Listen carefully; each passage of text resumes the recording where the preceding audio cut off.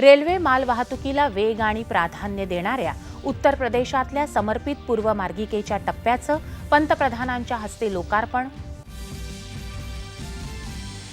राजकीय विरोध किंवा आंदोलन करताना देशातल्या पायाभूत विकास सुविधांचं नुकसान होणार नाही याची सर्वांनी काळजी घ्यावी, पंतप्रधानांचं आवाहन. देशात गेल्या 24 तासात नव्या कोरोना रुग्णांची संख्या 17,000पेक्षा कमी. ब्रिटनमधून परतल्यानंतर विलगीकरणात ठेवलेल्या 6 रुग्णांमध्ये नव्या कोरोना प्रकाराचा संसर्ग. ब्रिटनमधला नव्या प्रकाराचा विषाणू अधिक संसर्गजन्य मात्र आरोग्याच्या दृष्टीनं धोकादायक नाही. लस या विषाणूसाठीही उपयुक्त ठरेल, मुख्य वैज्ञानिक सल्लागारांची माहिती. राज्यात कोरोना रुग्ण बरे होण्याचं प्रमाण 94.54% तर मृत्यूदर 2.56%. लडाख इथं पहिल्या हवामानशास्त्र विभागाचं डॉक्टर हर्षवर्धन यांच्या हस्ते उद्घाटन. देशातलं सर्वात उंचावरचं हवामान केंद्र. आणि मेलबर्न इथं झालेल्या दुसऱ्या क्रिकेट कसोटी सामन्यात भारताची ऑस्ट्रेलियावर 8 गडी राखून मात. मालिका 1-1 अशा बरोबरीत. नमस्कार, 9:30च्या बातमीपत्रात मी सोनल चव्हाण आपलं स्वागत करते. आता पाहूया बातम्या विस्तारानं. पंतप्रधान नरेंद्र मोदी यांच्या हस्ते आज उत्तर प्रदेशात न्यू भाऊपूर ते न्यू खुर्जा या पूर्व समर्पित मालवाहू मार्गिकेच्या टप्प्याचं दूरदृश्य प्रणालीच्या माध्यमातून उद्घाटन झालं. 5,750 कोटी रुपये खर्च करून ही 351 किलोमीटर लांबीची मार्गिका बांधण्यात आली आहे. या मार्गिकेमुळे आता पूर्व भारतातल्या छोट्या मोठ्या उद्योगांसाठी आवश्यक ती मालवाहतूक या स्वतंत्र मालवाहू मार्गिकेतून केली जाईल. या मार्गिकेमुळे मालवाहू वाहतुकीचा वेग वाढेल, ज्याचा लाभ व्यापारी, शेतकरी आणि ग्राहकांना होईल. त्याचप्रमाणे मोठी रोजगार निर्मितीही होईल, अशी माहिती पंतप्रधान नरेंद्र मोदी यांनी यावेळी दिली. मालगाड़ियों के लिए बनी इस प्रकार की विशेष सुविधाओं से एक तो भारत में यात्री ट्रेन की लेट लतीफी समस्या कम होगी. दूसरा ये कि इससे मालगाड़ी की स्पीड भी 3 गुना से ज्यादा हो जाएगी और मालगाड़ियां पहले से 2 गुना तक सामान की ढुलाई कर पाएगी, क्योंकि in track per double decker यानी डिब्बे के ऊपर डिब्बा ऐसी मालगाड़ियां चलाई जा सकेगी. मालगाड़ियां जब समय पर पहुंचती और पहुंचेगी तो हमारा लॉजिस्टिक नेटवर्क सस्ता होता जाएगा. हमारा सामान पहुंचाने का जो खर्च है वो कम होने के कारण सामान सस्ता होगा, जिसका हमारे निर्यात को लाभ होगा. यही नहीं, देश में उद्योग के लिए बेहतर माहौल बनेगा, ईज ऑफ डूइंग बिजनेस बढ़ेगी, निवेश के लिए भारत और आकर्षक बनेगा. देश में रोजगार के, स्वरोजगार के अनेक नए अवसर भी तैयार होंगे. केवळ मालवाहतुकीसाठी समर्पित असलेल्या या मार्गावर पहिल्यांदाच मालगाड्यांसाठी वेळापत्रक नियंत्रण प्रणाली सुरू करण्यात आली असून मालगाड्याही आता अचूक वेळेनुसार धावू शकतील, असं पंतप्रधान म्हणाले. प्रवासी आणि मालवाहू गाड्या एकमेकांच्या मार्गात येणार नाहीत, त्याचा लाभ दोन्ही प्रकारच्या वाहतुकींना होईल. लॉजिस्टिक खर्चात मोठी बचत झाल्यामुळे गुंतवणूकदारही या क्षेत्राकडे आकर्षित होतील. निर्यातीलाही लाभ मिळेल. अशा प्रकारे भारतात निर्माण होणाऱ्या पश्चिम आणि पूर्व समर्पित मालवाहू मार्गिका आत्मनिर्भर भारताच्या उभारणीत मोठं योगदान देणाऱ्या ठरतील, असं मोदी म्हणाले. किसान रेलसाठी ही मालवाहू मार्गिका फायदेशीर ठरेल. या विशेष मार्गिकेमुळे शेतकऱ्यांचा कृषीमाल लवकरात लवकर पोहोचू शकेल. तसंच आणखी अनेक स्थानकं किसान रेलशी जोडली जाऊ शकतील. गेल्या काही वर्षात केंद्र सरकारनं रेल्वेच्या विकासाकडे आणि त्याचा देशाच्या उद्योग व्यवसायाला लाभ मिळवून देण्यासाठी विशेष प्रयत्न केले आहेत, असं त्यांनी सांगितलं. केवळ गाड्या वाढवण्याकडे लक्ष न देता रेल्वेच्या समग्र विकासाकडे लक्ष दिलं, असं पंतप्रधान म्हणाले. ऑपरेशन कंट्रोल सेंटर भी नए भारत के नए सामर्थ्य का प्रतीक है. ये दुनिया के बेहतरीन और आधुनिक कंट्रोल सेंटर में से एक है. हमने रेल ट्रैक पर निवेश किया रेलवे नेटवर्क को हजारों मानव रहित फाटकों से मुक्त किया, रेलवे ट्रैक को तेज गति से चलने वाली ट्रेनों के लिए तैयार किया, रेलवे नेटवर्क के चौड़ीकरण और बिजलीकरण दोनों पर फोकस किया। आज वंदे भारत एक्सप्रेस जैसी सेमी हाई स्पीड ट्रेन भी चल रही है और भारतीय रेल पहले से कहीं अधिक सुरक्षित भी हुई है। साथियों, बीते सालों में रेलवे में हर स्तर पर रिफॉर्म्स किए गए हैं। रेलवे में स्वच्छता हो, बेहतर खाना पीना हो या फिर दूसरी सुविधाएं, फर्क आज साफ नजर आता है। इसी तरह रेलवे से जुड़ी मैन्युफैक्चरिंग में भारत ने आत्मनिर्भरता की बहुत बड़ी छलांग लगाई है। भारत आधुनिक ट्रेनों का निर्माण अब अपने लिए भी कर रहा है और निर्यात भी कर रहा है। नव्या भारताच्या उभारणीसाठी सरकार समर्पित भावनेनं सातत्यानं काम करत आहे। अशावेळी राजकीय विरोध असणं समजू शकतं, मात्र तो विरोध विकासाच्या मुद्द्यांवर असावा, त्याचं राजकारण केलं जाऊ नये असं पंतप्रधान म्हणाले। पायाभूत सुविधांचा विकास देशातल्या पुढच्या पिढ्यांसाठी केला जातो, त्यामुळे आंदोलनं आणि विरोध करताना पायाभूत सुविधा आणि देशाची संपत्ती याचं नुकसान होणार नाही याची काळजी घ्यायला हवी असं आवाहन पंतप्रधानांनी यावेळी केलं। या मार्गिकेची कार्यसंचालन प्रणाली प्रयागराज इथं तयार करण्यात आली आहे, त्याचं उद्घाटनही पंतप्रधानांच्या हस्ते झालं। ब्रिटनमधून भारतात आलेल्या 6 नागरिकांना नव्या कोरोना विषाणूची बाधा झाल्याचं आढळून आलं आहे। या 6ही प्रवाशांना विलगीकरण कक्षात ठेवण्यात आलं आहे। या प्रवाशांच्या संपर्कात आलेल्या नागरिकांशी संपर्क करून त्यांनाही विलगीकरणात ठेवण्यात आलं आहे। तसंच कॉन्टॅक्ट ट्रेसिंगद्वारे त्यांच्या सहप्रवाशांचा शोध घेणं सुरू आहे। ब्रिटनमध्ये नव्या कोरोना विषाणूचा नवा प्रकार आढळल्यानंतर लगेचच सरकारनं आवश्यक ती खबरदारी घ्यायला सुरुवात केली। त्यानुसार 23 डिसेंबर मध्यरात्रीपासून 31 डिसेंबरपर्यंत इंग्लंडहून येणाऱ्या सर्व विमानांना बंदी घालण्यात आली आहे। त्याआधी इंग्लंडहून भारतात आलेल्या सर्व प्रवाशांची RT-PCR चाचणी अनिवार्य करण्यात आली असून सर्वांना विलगीकरणात ठेवण्यात आलं आहे। 25 नोव्हेंबर ते 23 डिसेंबर या काळात 33,000 नागरिक इंग्लंडहून भारतात आले। विविध राज्य आणि केंद्रशासित प्रदेशांच्या मदतीनं या सर्व प्रवाशांशी संपर्क साधून त्यांची RT-PCR चाचणी करण्याचं काम सुरू आहे।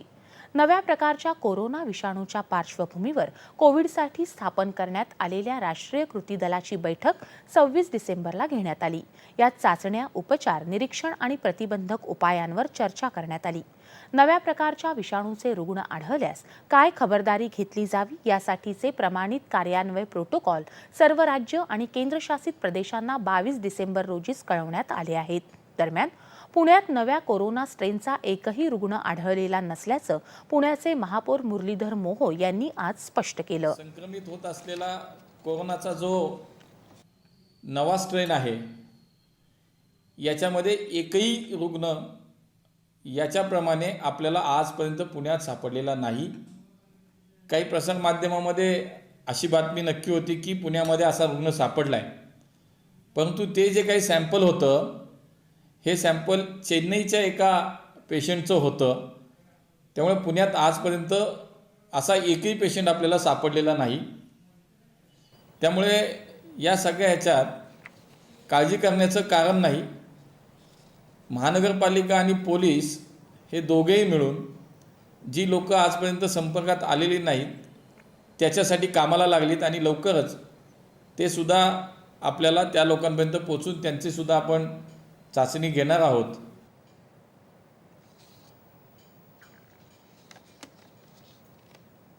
ब्रिटनमध्ये आढळलेला नव्या प्रकारचा कोरोना विषाणू अधिक संसर्गजन्य असल्याचं आढळलं आहे। मात्र हा विषाणू अधिक धोकादायक असल्याचं निष्पन्न झालेलं नाही असं केंद्रीय आरोग्य विभागाच्या मुख्य वैज्ञानिक सल्लागार के विजय राघवन यांनी म्हटलं आहे। आज आरोग्य विभाग, नीती आयोग आणि वैज्ञानिक सल्लागारांची संयुक्त पत्रकार परिषद झाली, त्यावेळी ते बोलत होते। विषाणूमध्ये बदल होणं सामान्य बाब आहे. या विषाणूमध्ये 17 बदल झाले आहेत, त्यापैकी 8 बदल महत्त्वाचे आहेत. मात्र ते शास्त्रज्ञांसाठी अभ्यासाच्या दृष्टीनं आव्हान आहे. नव्या कोरोना विषाणूचा शरीरावर होणारा परिणाम यामुळे फारसा बदलण्याची शक्यता नाही. तसंच विकसित झालेल्या लसी या विषाणूवर प्रभावी ठरणार नाही असा कुठलाही पुरावा मिळालेला नाही. त्यामुळे या लसी उपयुक्त ठरतील असा विश्वास के. विजयराघवन यांनी व्यक्त केला. इंग्लंडसह 13 देशांमध्ये नव्या प्रकारच्या कोरोना विषाणूचे रुग्ण आढळले आहेत. या नव्या विषाणूच्या पार्श्वभूमीवर केंद्र सरकारनं इन्साको या नावाची संघटना स्थापन केली आहे. या देशातल्या 10 सरकारी प्रयोगशाळांचा समावेश असून या नव्या प्रकारच्या विषाणूच्या त्यात अभ्यास केला जाणार आहे, अशी माहिती आरोग्य विभागाचे सचिव राजेश भूषण यांनी दिली. देशातल्या सक्रिय कोरोना रुग्णांची संख्या गेल्या एका आठवड्यापासून सातत्यानं 17 लाखांपेक्षा कमी आहे, असंही त्यांनी सांगितलं. सध्या प्रति दशलक्ष रुग्णांचं प्रमाण 110 इतकं असून 10 लाखांमागे 2 जणांचा भारतात कोरोनामुळे मृत्यू होत आहे, असं ते म्हणाले. केवळ 5 राज्यांमध्ये कोविडचं प्रमाण अधिक आहे. यात केरळमध्ये सर्वाधिक 24%, महाराष्ट्रात 21%, त्याखालोखाल बंगाल, उत्तर प्रदेश आणि छत्तीसगड या राज्यात सुमारे 5% प्रमाण आहे, असं राजेश भूषण म्हणाले. देशात आतापर्यंत 98,07,569 कोरोना रुग्ण बरे झाले आहेत. देशात गेल्या 24 तासात 24,900 रुग्ण कोरोनामुक्त होऊन घरी परतले, तर 16,432 नव्या कोरोनाबाधित रुग्णांची नोंद झाली आणि 252 रुग्णांचा कोरोनामुळे मृत्यू झाला. देशात उपचाराधीन कोरोना रुग्णांची संख्या आता 2,68,581 इतकी झाली आहे.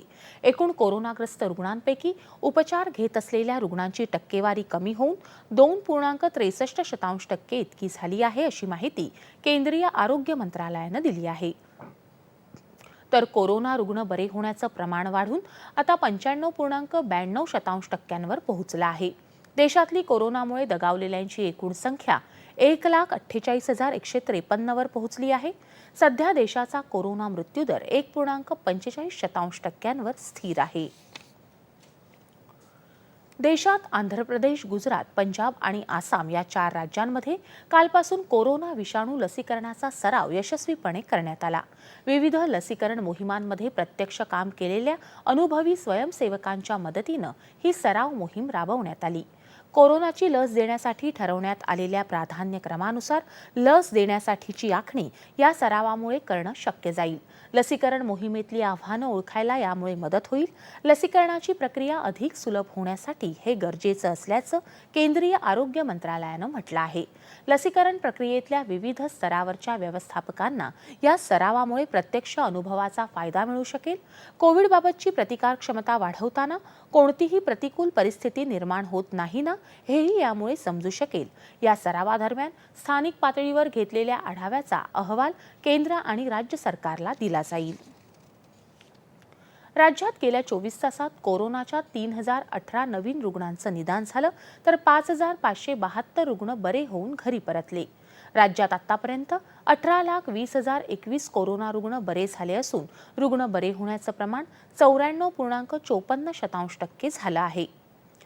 आज राज्यात 68 कोरोनाबाधित रुग्णांच्या मृत्यूची नोंद झाली. राज्यातला मृत्यूदर सध्या 2.56% इतका आहे.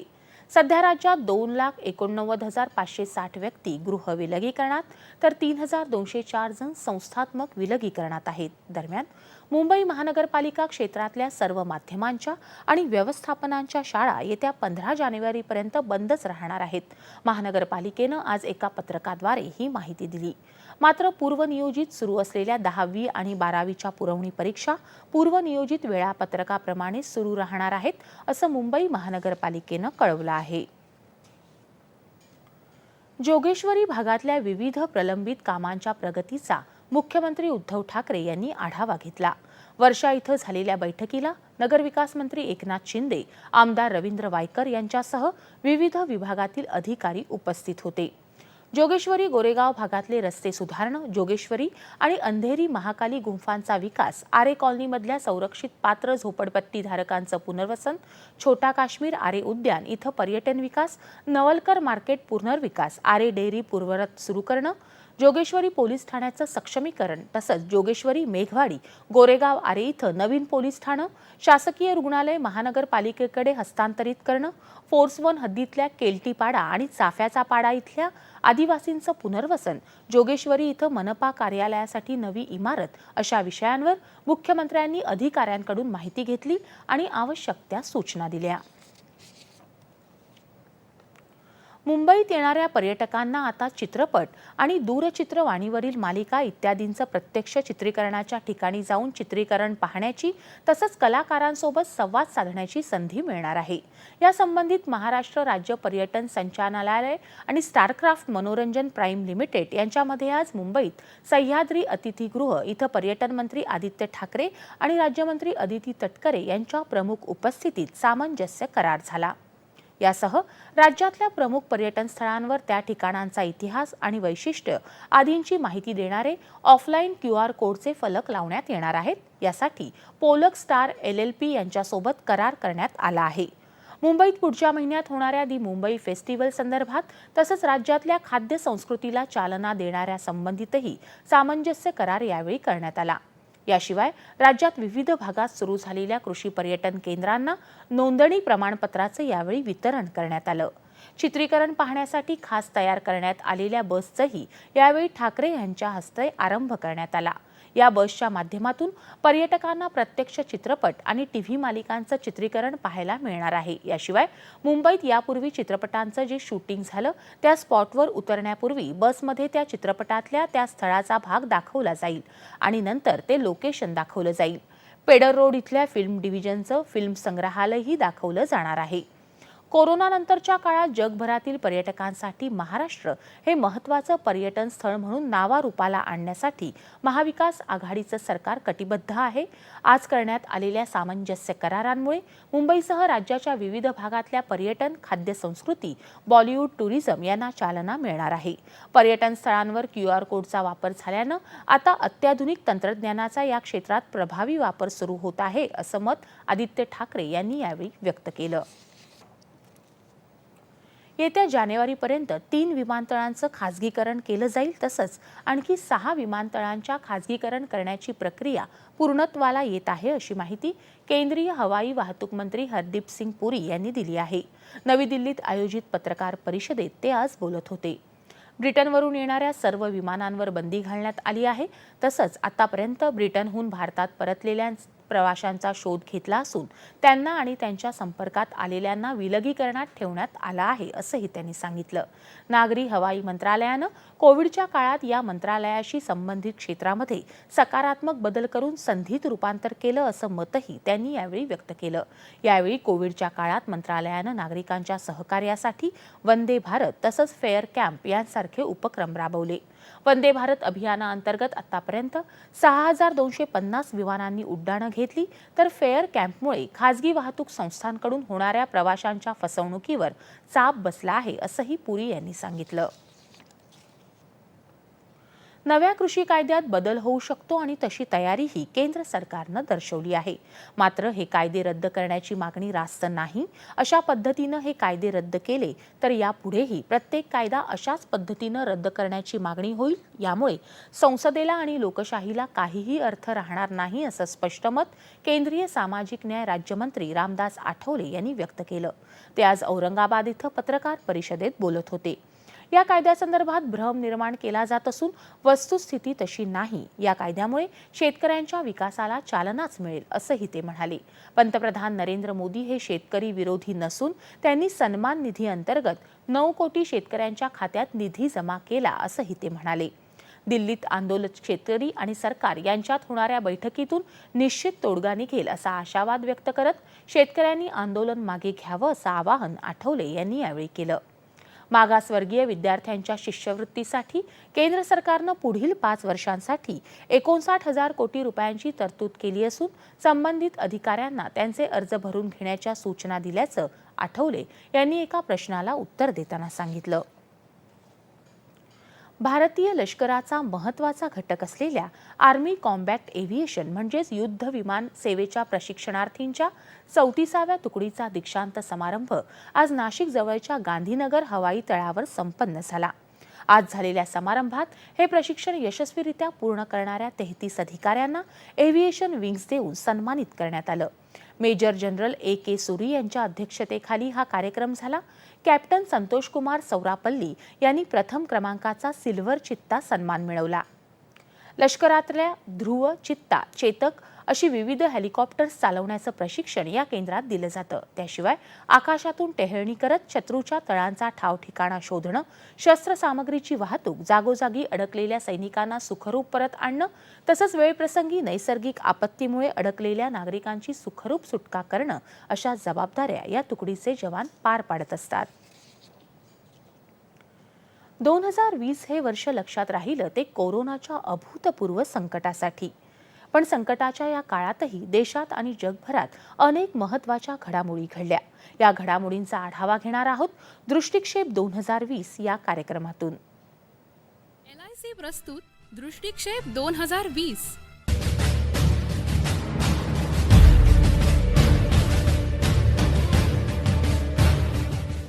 जब तक दवाई नहीं तब तक ढिलाई नहीं. माझे कुटुंब माझी जबाबदारी. हम भारत को आत्मनिर्भर बनाकर रहे हैं. देश में MSP भी रहेगी और किसानों को कहीं पर भी अपनी उपज बेचने की आजादी भी रहेगी. भारत पूरी दृढ़ता से देश की एक एक इंच जमीन की, देश के स्वाभिमान की रक्षा करे. भारत माता की सियावर रामचंद्र की जय सिया राम. सीएए पास होने के बाद देश भर में भ्रम फैलाने का काम किया.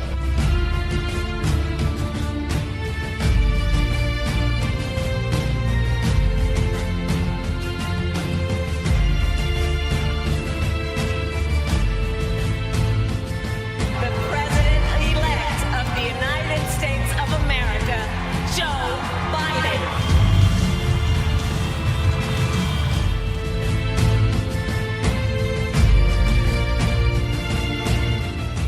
या वर्षभरातल्या महत्त्वाच्या घटनांचा आढावा घेणार आहोत दृष्टिक्षेप 2020 या 6 भागांच्या मालिकेतून.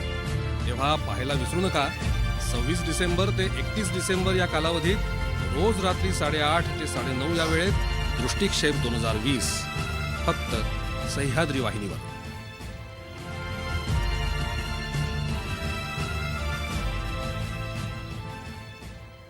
प्रस्तुत करता LIC, जिंदगी के साथ भी जिंदगी के बाद भी.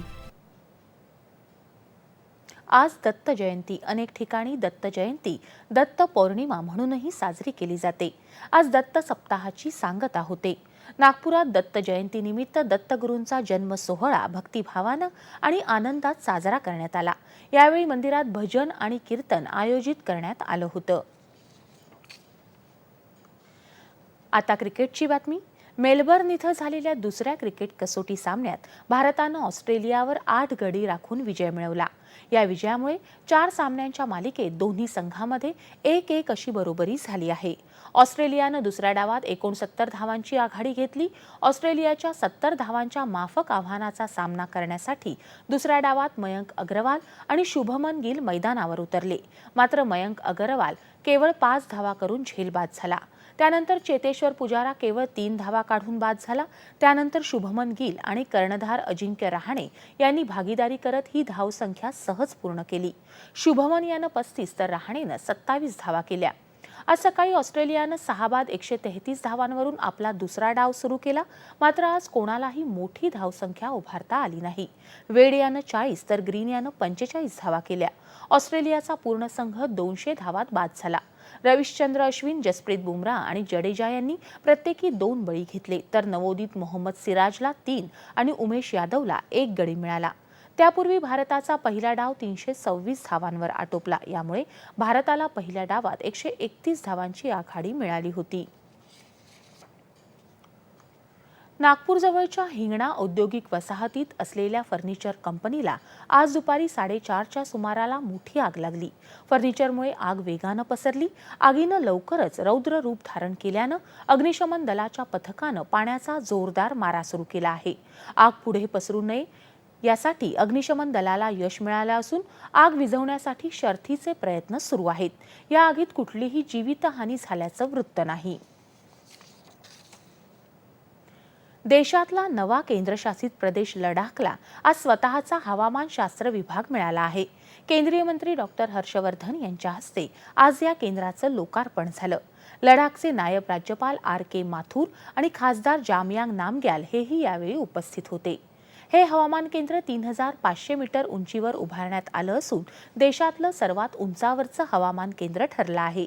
अत्यंत अत्याधुनिक उपकरणं असलेलं हे हवामान केंद्र येत्या काळात एवढ्या उंचीवरचं वैशिष्ट्यपूर्ण केंद्र ठरू शकेल. या केंद्रात 24 तास हवामानाची अद्ययावत स्थिती सांगणारी यंत्रणा बसवण्यात आली आहे.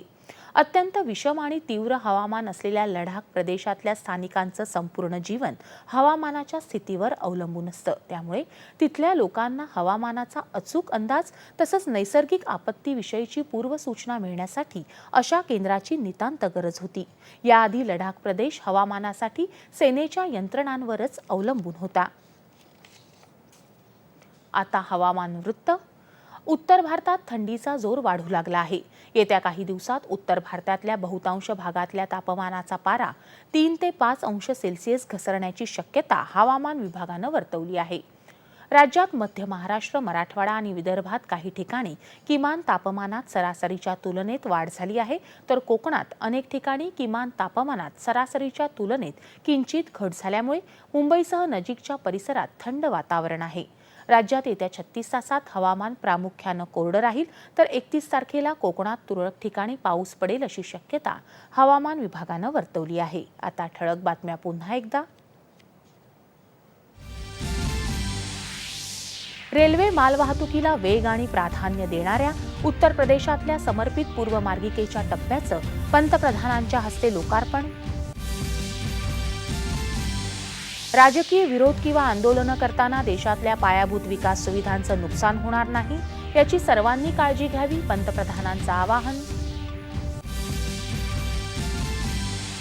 देशात गेल्या 24 तासात नव्या कोरोना रुग्णांची संख्या 17,000पेक्षा कमी. ब्रिटनमधून परतल्यानंतर विलगीकरणात ठेवलेल्या 6 रुग्णांमध्ये नव्या कोरोना प्रकाराचा संसर्ग. ब्रिटनमधला नव्या प्रकारचा विषाणू अधिक संसर्गजन्य मात्र आरोग्याच्या दृष्टीनं धोकादायक नाही. लस या विषाणूसाठीही उपयुक्त ठरेल, मुख्य वैज्ञानिक सल्लागारांची माहिती.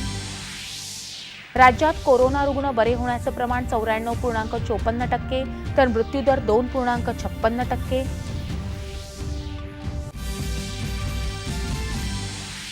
लडाख इथं पहिल्या हवामानशास्त्र विभागाचं डॉक्टर हर्षवर्धन यांच्या हस्ते उद्घाटन. देशातलं सर्वात उंचावरचं हवामान केंद्र.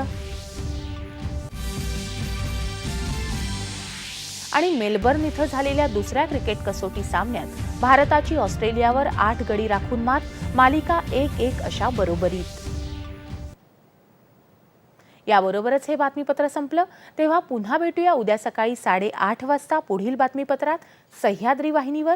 कोरोनापासून बचाव करण्यासाठी सुरक्षित अंतर राखा, हात स्वच्छ धुवा आणि मास्क व्यवस्थित लावा. नमस्कार.